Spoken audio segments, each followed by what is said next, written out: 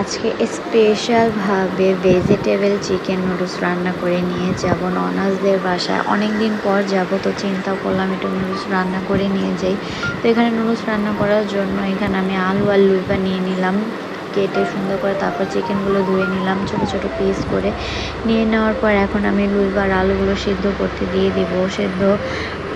সেদ্ধ হয়ে যাওয়ার পর এখানে আমি কেটে রেখেছিলাম পেঁয়াজ, মরিচ, 2-3টা মরিচ। তো এখানে আমি 3 প্যাকেট নুডলস নিয়েছি, তো সব এক সাইডে রেখে দিলাম। রেখে দেওয়ার পর এখন আমার চুলাতে যে দিয়েছিলাম আলু আর লইবাগুলো, সেগুলো সিদ্ধ হয়ে গেছে। সিদ্ধ হয়ে যাওয়ার পর আমার কেটে রাখা চিকেনগুলো দিয়ে দিব সিদ্ধ হওয়ার জন্য। তো সিদ্ধ হয়ে যাওয়ার পর এখন আমি পাতিলাতে একটু তেল দিয়ে দিব আর কেটে রাখা পেঁয়াজ মরিচগুলো দিয়ে দিব। দিয়ে দেওয়ার পর এখন সুন্দর করে নাড়াচাড়া করে একটু পরিমাণ মতো লবণ দিয়ে দিব আর একটু আদা বাটা, একটু মরিচ বাটা দেওয়ার পর একটা ডিম ফাটিয়ে দিব।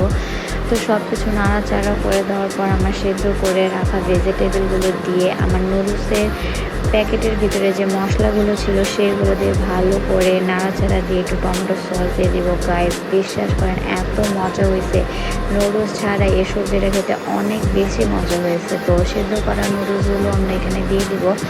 দিয়ে দেওয়ার পর এখানে আমি 2 প্যাকেট ম্যাগি মশলা ইউজ করবো। ম্যাগি মশলাটা দিলে নুডলস অনেক বেশি মজা হয়। গাইস, অনেক মজা হয়েছে আমার ভেজিটেবল চিকেন নুডলস। তো এখানে আমার রান্না করা শেষ। তো এখানে আপনার ভাই আর আইডল খাড়িয়ে ছিল, আমি কী করতেছিলাম দেখতেছিল।